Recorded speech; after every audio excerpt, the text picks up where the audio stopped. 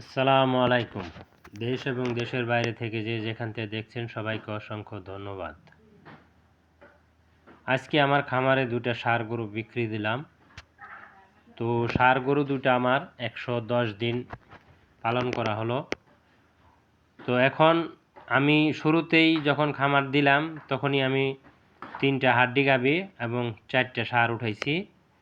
তো আমি দুটোটাই মিক্স করার কারণ হয়েছে কোনটায় কত প্রফিট বা কোনটা ভালো আমি এটা দেখার জন্য এবং দেওয়ার জন্য। এই যে আমার ষাঁড়টা, একটা ষাঁড় বাইর করলাম এখন। তো একা বাইর করা বহুতই কষ্ট। তো আমার এক ছোটো ভাইয়ের ডাক দিলাম, এখন বাইর করলাম, আরও দুজন লোক বলছি। তো দেখি এখন এই দুইটা হাটে আজকে কত বিক্রি করতে পারি এবং আমার গাভী দুইটা কত বিক্রি করছি সেটা অবশ্যই আপনাদের ভিডিও দেখছি। এই যে আমার এই গরুটা হচ্ছে ছোটো, এই গরুটা ছোটো। এই গরুটা আপনার কেনার সময় আমার 65 দাম ধরা ছিল, যেহেতু দুইটা গরু আমার কিনা ছিল 1,39,000, আর এটা 65 ধরছিলাম, আর এই গরুটা আপনার 74,000 টাকা ধরছিলাম। এটা বড় গরু। তো আলহামদুলিল্লাহ হাটে নিয়ে গরু দুইটা বিক্রি করলাম আপনার 2,18,000 টাকা। তো এই দুইটা গরুর থেকে আমার মনে করেন 36,000 টাকা প্রফিট হয়েছে 110 দিনে। এই যে গাভীটা দেখেন, এই গাভীটা আমার কিনা ছিল আপনার 67,500 টাকা।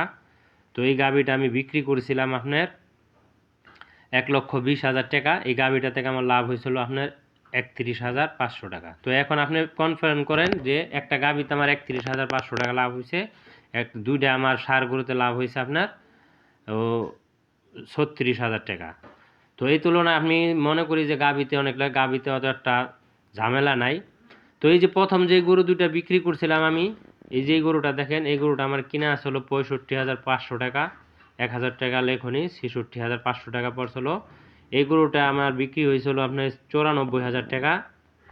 94,000 টাকা। আরেকটা গরু আছে, এই দুইটা গরু আমি একদিনই হাটে নিয়েছিলাম। তো এই দুইটা গরুতে আমার লাভ হয়েছিল আপনার 34,000 টাকার মতো। 34,000 টাকার মতো। তো এই দুইটা গরু আমি পালছিলাম 96 দিন, আর লাল গরুটা পালছিলাম 110 দিন, আর ষাঁড় দুটা পাললাম 110 দিন। তো এই হলো আপনার লাভ লসের হিসাব। এখন আপনারাই দেখেন কোনটা পালতে ভালো। আসসালামু আলাইকুম। সবাই ভালো থাকবেন, সুস্থ থাকবেন। আমার সাথে আমার চ্যানেলটা সাবস্ক্রাইব করে